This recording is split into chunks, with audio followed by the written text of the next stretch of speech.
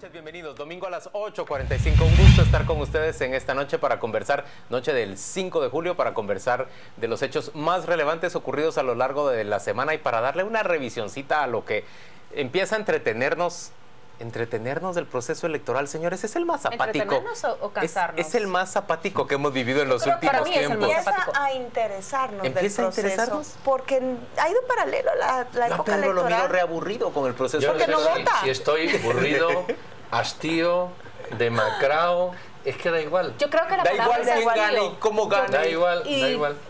la palabra es hastío, y lo que yo no comprendo es cómo se pueden llevar estos dos procesos de la envergadura que son cada uno.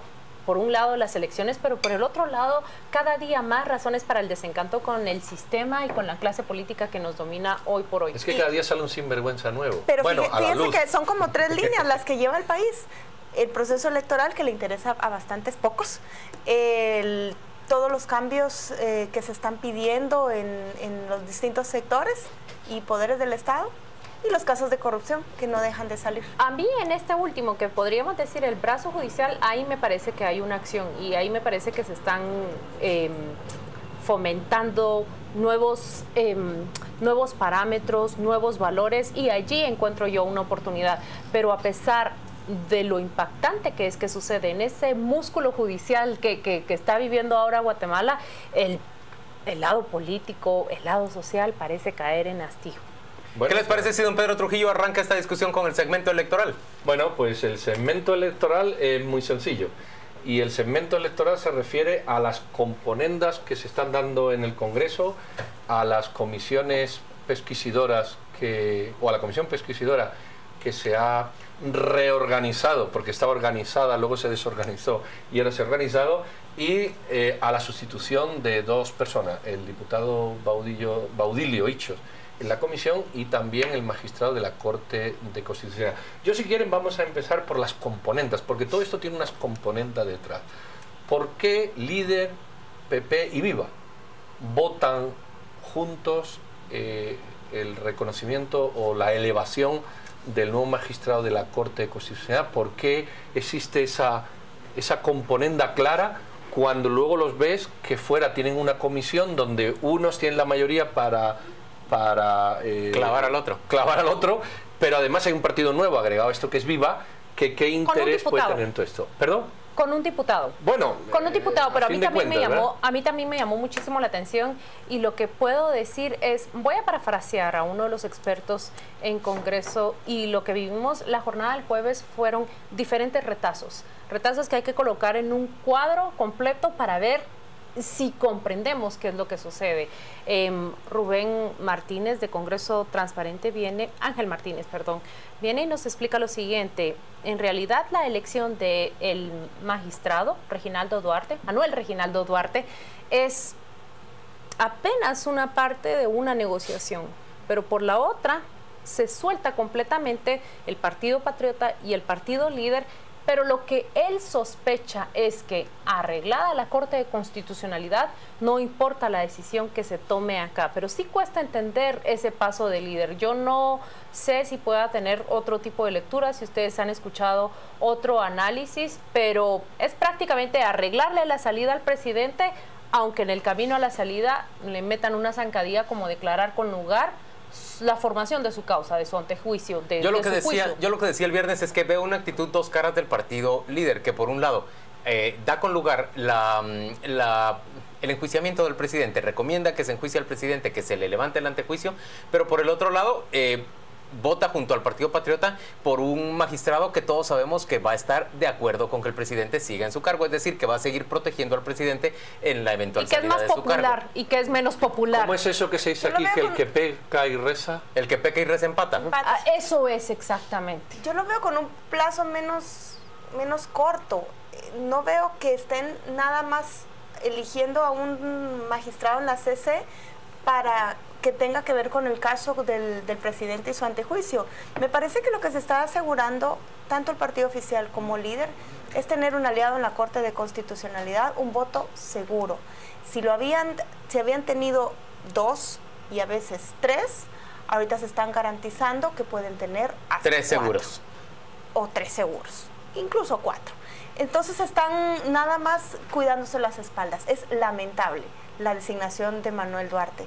Yo conozco al señor por las referencias que publicaron esta semana después de su elección en el Congreso, pero imagínense que es un señor que trabajaba en la Corte de Constitucionalidad, que fue destituido por la propia presidenta de la Corte, de la magistrada Gloria Porras, que regresa al trabajar al Ejecutivo y va al despacho del secretario general Gustavo Martínez, que es el yerno del presidente, ahora es el secretario y que quiso estar presidiendo la Corte Suprema de Justicia, y de ahí salta de regreso a la Corte de Constitucionalidad. Es un delegado del Ejecutivo. La Corte de Constitucionalidad es suprema, es la gran Corte. ¿Eso es un bofetón a Gloria Porras? Es un bofetón a la Constitución, Pedro. Bueno, pero si es un bofetón a la Gloria Yo no sé, pero a la persona que porque si era ella, una empleada, lo despidió, es un primus inter pares ahí. Ella lo despidió y ahora vuelve como un igual de ella. De persona, lo estoy viendo en qué nos queda la Corte.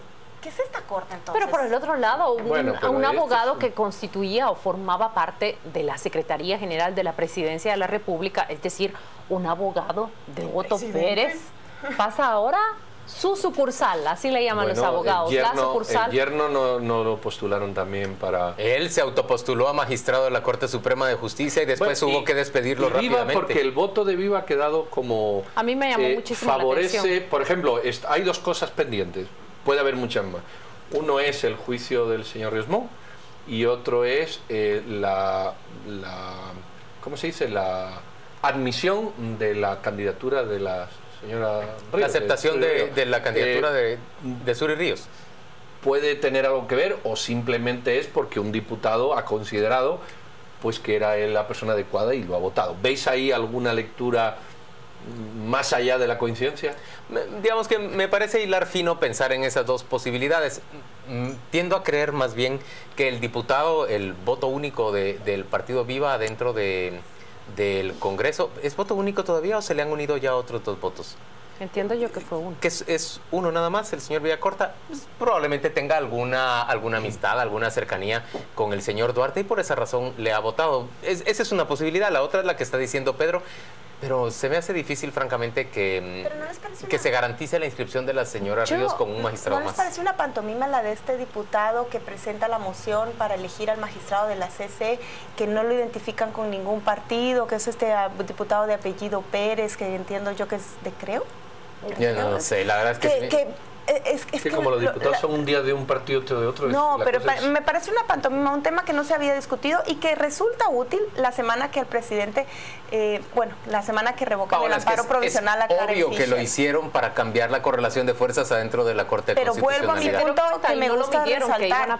Entonces, ¿en qué se está convirtiendo la Corte de Constitucionalidad? Con delegados del Ejecutivo, háganme el favor. En la última instancia de defensa del sistema, del statu quo. Paola, escucha, cuando en el próximo año se tenga que reelegir la Corte de Constitucionalidad, hay que recordar, y esto es de lo importante que posiblemente haya que pensar en cambiar, que un magistrado lo elige el presidente. Sí. Otro lo elige el Congreso. Sí. Y ahí tienes dos que obedecen al presidente, sí, sobre todo cuando coinciden, como en el año que viene. Cuando tu elección un tercero en la Corte Suprema de Justicia, que ya hemos visto quién la ha puesto.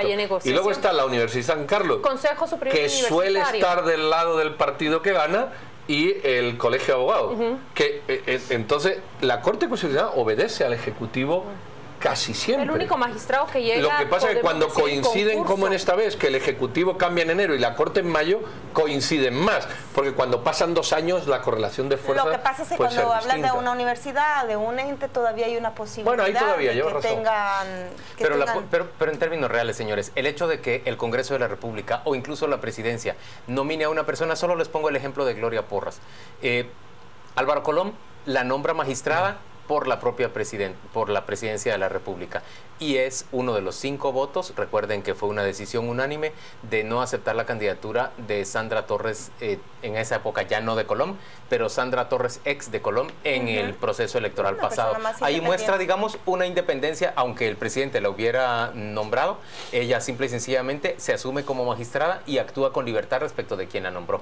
Eso me parece que así deberían funcionar los magistrados en términos generales, y creo que muchos han funcionado posicionado en esos términos durante mucho Pero tiempo. muchos otros no, y últimamente tampoco. Hemos visto esos votos que están alineados completamente para, más que para preservar a una persona, coincido contigo, preservar un sistema. Vamos a la pausa comercial, volvemos dentro de muy poco. Tenemos mucha información electoral que discutir con usted, muchos temas interesantes, atractivos, y como ya les decía, empieza, dice Paola, a interesarnos lo político electoral, o todavía nos mantiene apáticos. Véalo usted. Hablamos de elecciones en a las 8:45 hoy domingo. Queremos comenzar con este video que tal vez ya lo vio, tal vez no lo vio, pero tiene que ver con la ridiculez y con un candidato que se ha vuelto famoso por esa frase de ¡qué ridículo! Mire usted lo que vamos a discutir ahora. Hace 4 años elegimos a Otto Pérez por la promesa de mano dura y resultó ser una mano abierta para la corrupción. Ahora, Manuel Valdizón está postulándose diciendo que es un hombre de negocios. ¡Hombre de negocios! ¡Qué ridículo! Se le ha señalado de tener vínculos, de hacer negocios y de recibir financiamiento cuestionable. Es un poderoso empresario del transporte conocido por emplear tácticas cuestionables para eliminar a sus competidores.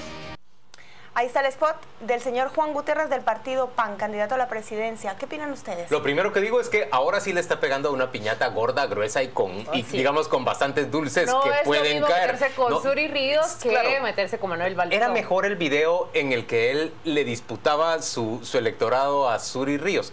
Pero el electorado de Suri Ríos es de este tamaño. Ahora el video a mí con me gustaba el hacha sí, y la carne. y la vestimenta así de carnicero. Y se nota que le encontró, le costó encontrar a su estratega, a quien está detrás de los anuncios, esos símbolos, porque con Suri era muy fácil, el bisturí, y él salía con... ¿Qué era que salía con? Con una chuela, exactamente. Y con un costillar de res o de cerdo al Iba que a decir estaba... que con un machete, pero no era machete. Con el que estaba partiendo la carne. Ahora, a mí me parece que al video todavía le hace falta, o al spot todavía le hace falta concreción para que pueda hacer. Si él me está hablando a mí de prácticas espurias o prácticas no éticas de Manuel Valdizón para deshacerse de competidores suyos en algún negocio, me gustaría que me lo explique. ¿De qué está hablando en concreto? Ahora, yo estoy de acuerdo con el señor en que es ridículo realmente que se nos venga a presentar a Manuel Valdizón como el gran empresario. Hay una parte en realidad del video, es un gran negociante. Hay Que una eso parte es del distinto. Esa parte del video. Hay una parte donde se explica que no sé si producción no lo puede poner completo para que veamos esa segunda. Él empieza a cuestionar las fuentes de financiamiento, pero luego pasa a hablar de su rol como académico. Le cuestiona que su tesis y su libro fueron plagiados. Eso lo sabemos. Es decir, aquí. Juan Gutiérrez le está atacando los dos flancos a Manuel Valdizón, como académico y como empresario. Y le está, como dice Juan Luis, atacando directamente al primer lugar. Ya se posicionó con una campaña que se fue muy viralizada, pero ahora ya está haciendo realmente una campaña política. Yo lo que veo es que cuando el sonido se vaya y la gente ve así, va a pensar, puchiga, ¿qué querrá decir esto? ¿No? O sea, deberían de ponerle un cintillo por si el sonido se pierde en cualquier aldea del interior, que no llegue. Se refiere a Otto Pérez Molina. Y le vea así el señor diciendo, oh, puchiga, este candidato que viene aquí a tocar o a ofrecer. Yo creo que es una campaña, desde la perspectiva estratégica, tiene una lectura que ustedes más o menos la han dibujado, que es A, apunta al que va alto, con lo cual él ya no pierde el tiempo con nadie, apunta al que va alto. B, se salta a todos los demás, yo soy la alternativa, esa alternativa que hay soy yo. C, le está disputando un voto que no es de nadie, que es el voto capitalino, el voto urbano, que no es de nadie, y ahí se ha concentrado el señor Gutiérrez. Y yo estoy muy feliz porque los medios del señor Valdizón, en vez de atacarnos a Juan Luis y a mí, pues ahora tienen ahí a podrán dedicarse al se van a señor dedicar. Gutiérrez. De hecho, ya ha habido algunas columnas, evidentemente antes de que ya le han lanzado. Entonces, se va a generar una guerra mediática importante entre esos medios aburridos del señor Valdizón, que nos se dedican a atacar nosotros, se van a focalizar en el señor Gutiérrez. Hay un error, error, y a ver qué ocurre. hay un error o hay un flanco débil del señor Gutiérrez, si es que él apoyó a Valdizón en la segunda vuelta, y esa imagen levantando las manos con Valdizón, a la gente no se le olvida. Ya no tenemos la segunda parte. Pero no sabía que había copiado la tesis. Mira cómo continúa el spot del señor Gutiérrez respecto del candidato. Presume de tener una maestría y un doctorado. ¡Qué ridículo! Pues resulta que su tesis y su libro no son más que una vulgar copia del trabajo de otros. No podemos tener otro presidente corrupto. Soy Juan Gutiérrez y me opongo a Valdizón y voy a derrotarlo porque digo la verdad. Me opongo a Valdizón y voy a derrotarlo. Ese es ahora su lema de campaña, seguramente. Lo que es interesante es que esta campaña, ¿te das cuenta que esta campaña no hay propuesta de ninguno? No. Nadie propone, nadie, todo el mundo le ataca. Uno dice, me toca, y dicen, ¿por qué? Porque me toca. Otro dice, te voy a derrotar. Otro dice, vótame a la integridad. Y el ciudadano, 13 millones, no, ¿qué 13? 15.999.990, porque hay 10 candidatos, pendientes de cómo entre ellos se acusan y se matan, y uno dice, bueno, ¿cuál es la propuesta económica de su partido? No se discute. Bueno, ¿cuál es la propuesta política? No se discute. Y el único programa, que es el de líder, cuando se expone, no se ve, porque lo han escondido, lo han guardado, lo han tirado. ¿Os dais cuenta que esto es una campaña entre candidatos que se madrean, se mientan la madre? De mercadeo. Se insultan, de mercadeo político. Más mercadeo, si ese hay una línea peleando una marca con la otra. Aquí no existe. ¿Cuál es la propuesta política? Preferencia, no prácticamente. hay. Le apuestan únicamente a la preferencia, y yo creo que Eso es importante. al principio fue para nosotros muy fácil reírnos del primer mensaje cuando Suri sale muy delicadamente con un bisturí y él rompe esa imagen de delicadeza y del bisturí con un hacha que somata sobre el talo de madera.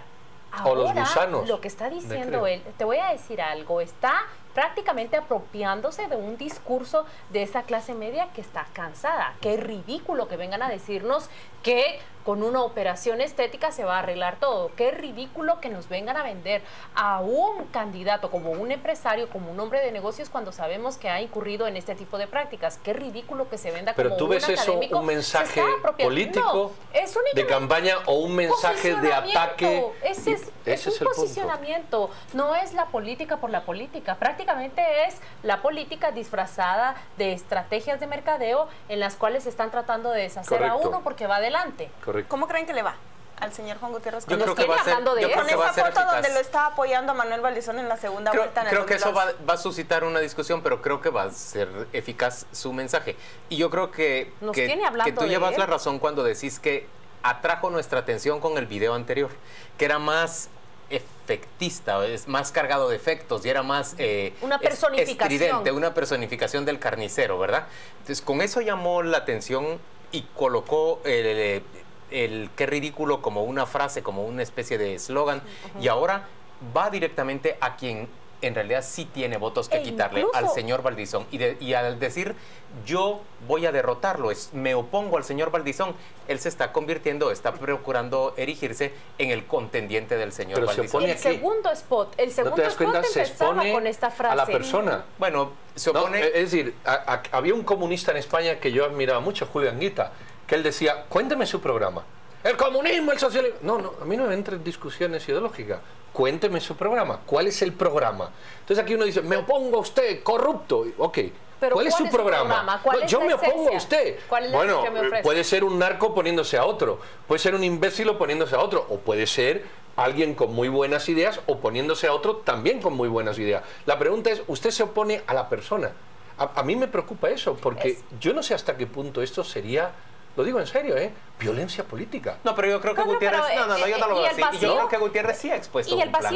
Y el vacío. Sí ha expuesto un plan. En términos generales, en la entrevista que dio en Destino 2016, además en las elecciones pasadas, él sí expresaba, digamos, ideas y propuesta de gobierno. Pero me opongo a que... Usted va a subir los impuestos, me opongo a eso porque voy a hacer esto. Usted resulta que dice es un candidato íntegro. Pero es que tú estás haciendo 40 segundos de un spot. Y en pero me parece posicionarse frente al otro.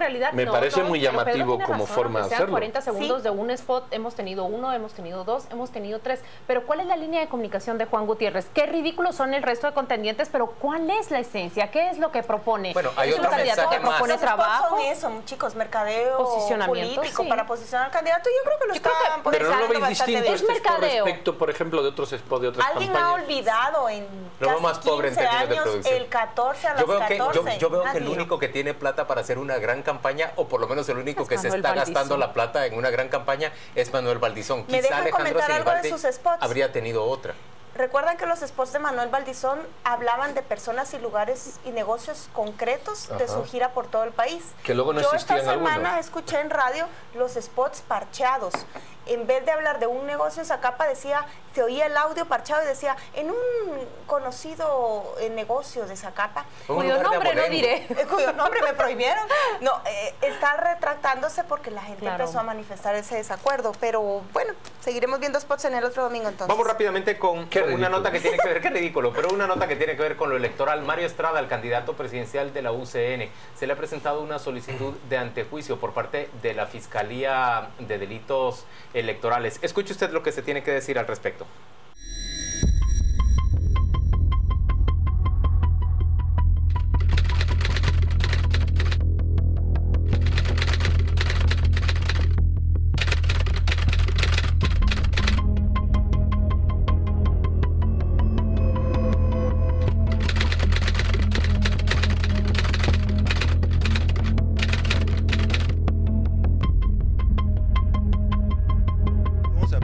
Una demanda por falsedad, porque aquí es una falsedad lo que ellos están presentando. Porque nosotros tenemos un arte y un diseño oficial el cual se utiliza, y tenemos un manual de especificaciones el cual se utiliza para toda la campaña a nivel nacional, candidatos a alcaldes, candidatos a diputados, y no pueden utilizar ninguna otra fotografía ni pueden utilizar ningún otro diseño para cualquier tipo de publicidad. La demanda es por un vale donde se está ofreciendo lámina a los que supuestamente deberían de afiliarse o votar por el partido nuestro, y están utilizando una fotografía que no es la fotografía que nosotros estamos utilizando en la campaña, y se ve muy bien el corte acá donde hicieron un montaje y también unieron las dos partes de este. Fíjense que yo le creo, porque se está volviendo en la táctica de ataque al adversario. Tropezones. Para que le abran proceso en el tribunal o en el Ministerio Público. Y es muy fácil decir que lo entregó a alguien cuando aparece su cara, pero le pasó a la UNE, le pasó al líder, al final del día no se sabe quién de todos lo mandó a hacer. Bueno, sí hay un dato. Líder rifró una moto y se cayó a la tarima y mató a alguien. Sí. O sea que sí es un dato más concreto, sí. Esto es lo que, y perdón porque agarre esto es traer lo urgente y lo importante.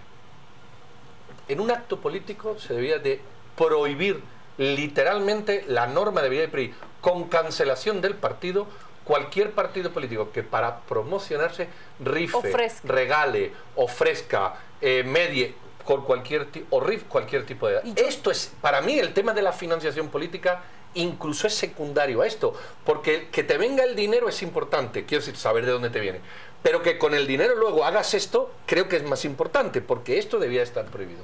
Esto es y creo que está atado con la crítica que teníamos con el spot anterior. Pedro decía, ¿en dónde está su propuesta? ¿Dónde está su programa? ¿Se dan cuenta? Los mítines son rifas. Sí. Recuerdo que hace 8 años... los mítines de Manolito Castillo se hicieron famosos porque él rifaba lo que ningún candidato había rifado antes.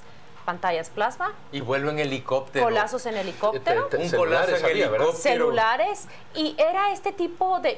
llevada a la política. Bueno, la UNE también llevó colazos, se llama. Sí. Colazos en helicóptero. No llevó en Navidad colazos. Pero creo que ya lo dijimos acá en otro programa. El trabajo de esta fiscalía, la importancia del trabajo de esta fiscalía va a partir de lo que está sucediendo esto. Prácticamente se está denunciando esa práctica y espero que llegue a su fin. Antes de irnos a la pausa comercial, a la que tenemos que ir ya rápidamente, solo digo que esa práctica, esa acusación en contra de Manuel Valdizón y de Sandra Torres, exactamente por un caso semejante al que se le está planteando a Mario Estrada, fue declarada sin lugar por la Corte Suprema de Justicia el pasado jueves, ¿fue o el pasado miércoles? El pasado jueves.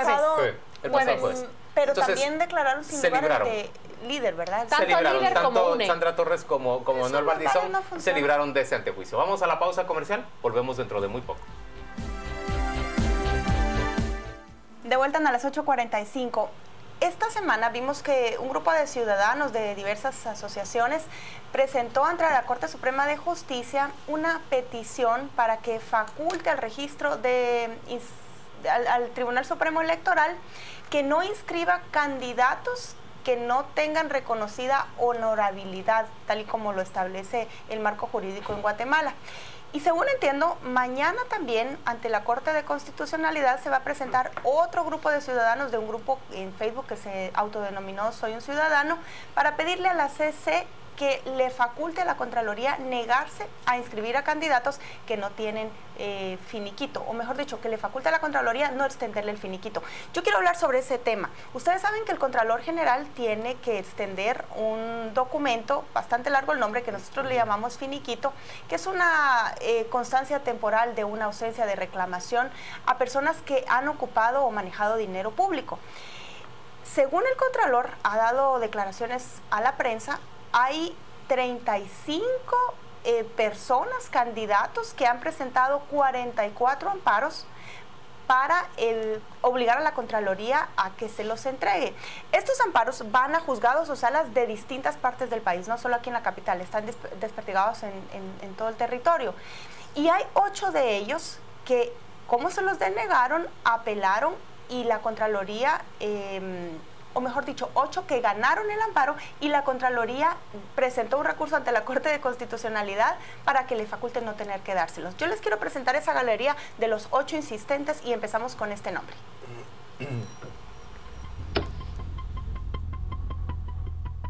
La primera es Julia Maldonado, diputada del Líder. Ella es acusada de peculado. Cuando fue directora de Conjuve, habría malversado 3.4 millones de quetzales. El segundo candidato es alguien que dirigió la municipalidad de Villanueva y también fue secretario del gobierno de Álvaro Colom. Por ese cargo tiene casos abiertos por la remodelación de la cárcel Fray Janes II.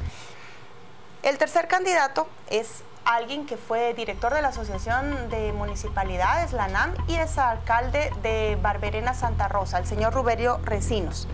También tengo a una alcaldesa. En el cuarto lugar es la señora Sonia Lili Rivera, de San Benito Petén. Ya tiene 2 denuncias, 2 acusaciones. En el quinto puesto está alguien que posiblemente ya no corra por ningún puesto público, pero igual él presentó su amparo, el señor Arnoldo Medrano, alcalde de Chinautla, que posiblemente será sustituido por su sobrina en la alcaldía de ese municipio. Elmer Granados Escobar, ex tesorero de la comuna de Pueblo Nuevo, Viña, Santa Rosa.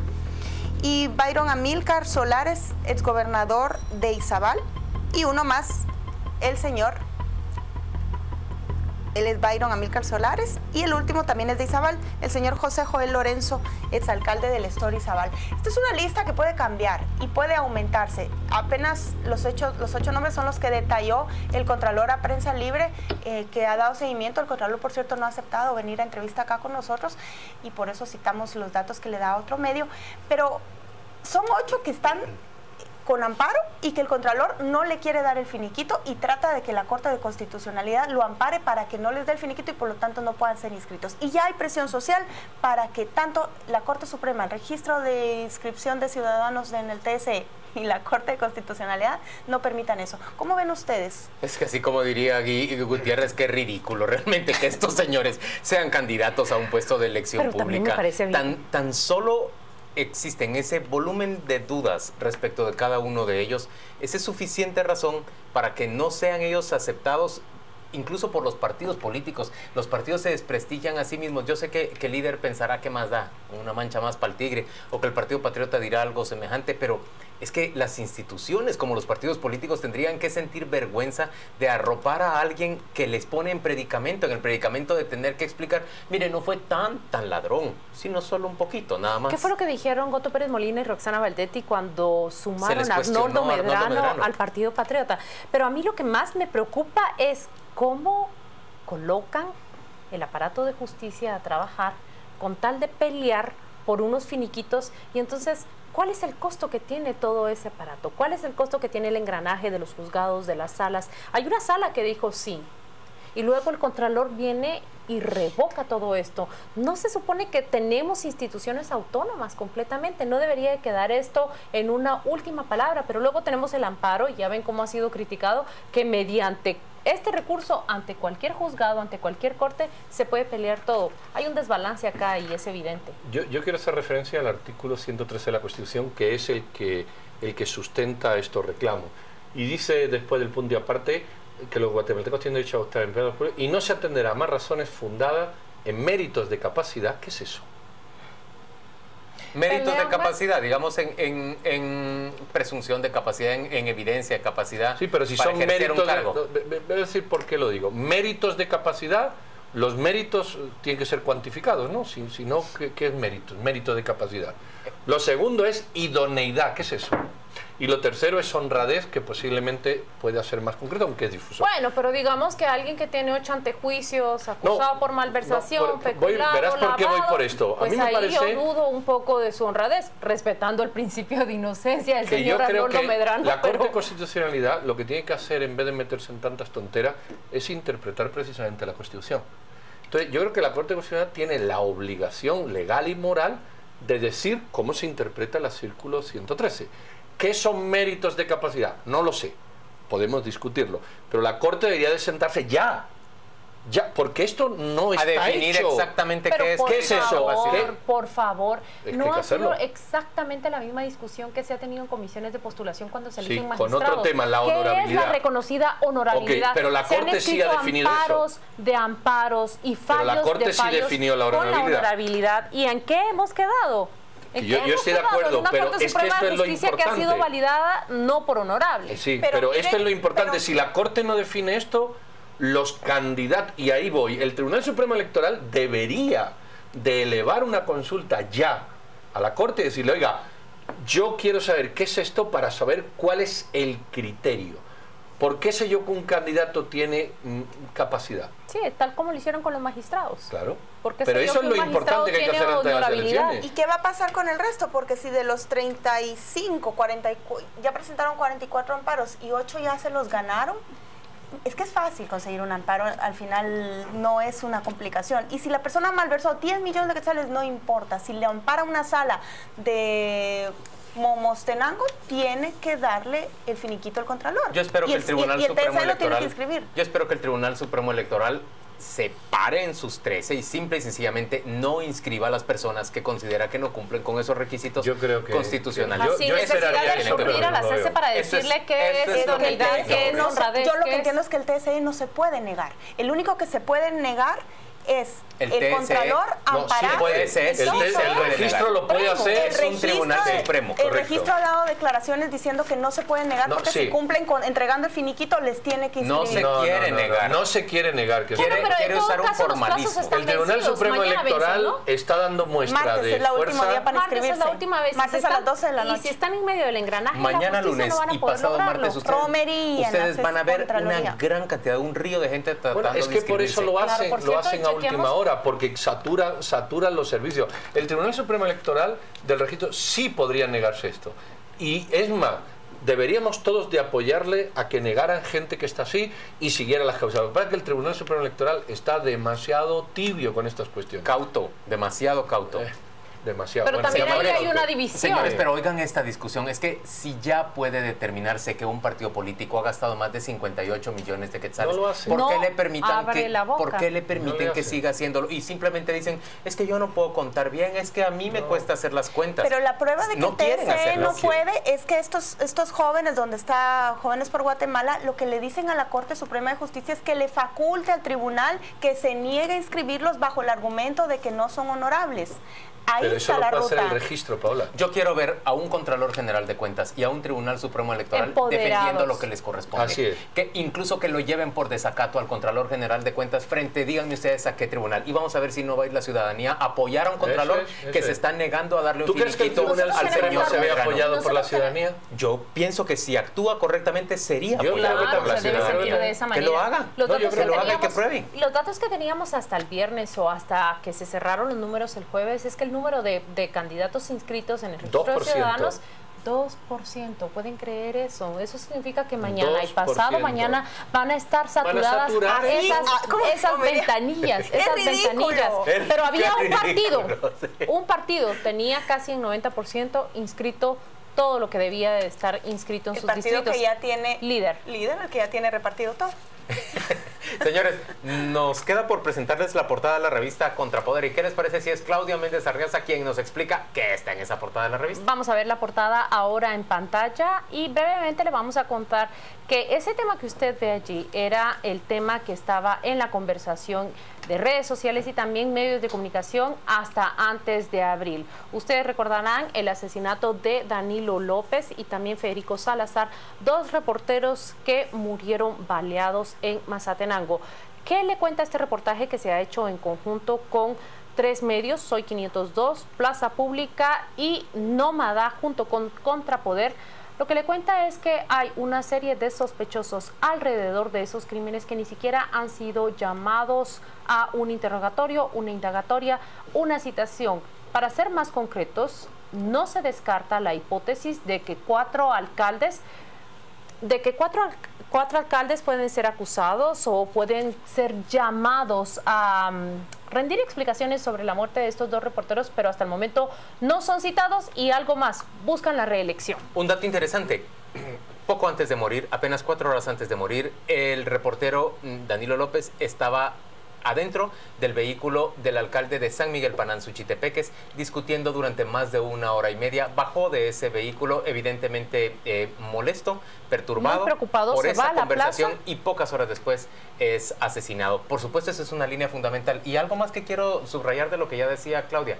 Miren, es relevante que 4 medios de comunicación que son competidores entre sí en términos comerciales y en términos de audiencia se unan para desarrollar una investigación sobre alrededor del crimen de un periodista o de varios periodistas. Eso es muy importante en nuestro país. Eso envía un mensaje de que no estamos dispuestos a permitir que se silencie con la muerte el trabajo de un colega nuestro. Yo, dejarme destacar algo, porque yo no tengo nada que ver con Contrapoder de manera directa, pero la portada me parece muy sugerente. El título de la portada es nunca, algo así, ¿verdad? Como nunca se captura a los intelectuales o a los criminales intelectuales. Han pasado 4 meses y tenemos autores materiales, 2, tenemos policías que fueron capturados. Pero como con Lea de León y otros más, la gente no mata porque uno quiere, es decir, no es matón por gusto, sino ahí está autores intelectuales, son intocables, sino que detrás están los autores intelectuales. Yo creo que tenemos que forzar a la justicia a que vaya por ellos. Bueno, gracias por acompañarnos este domingo a las 8:45. Que tenga usted una feliz noche y por favor esté pendiente porque en muy pocos instantes arranca Destino 2016. Esta noche entrevistando al candidato presidencial del PRI, el señor Luis Fernando Pérez. Allá nos vemos.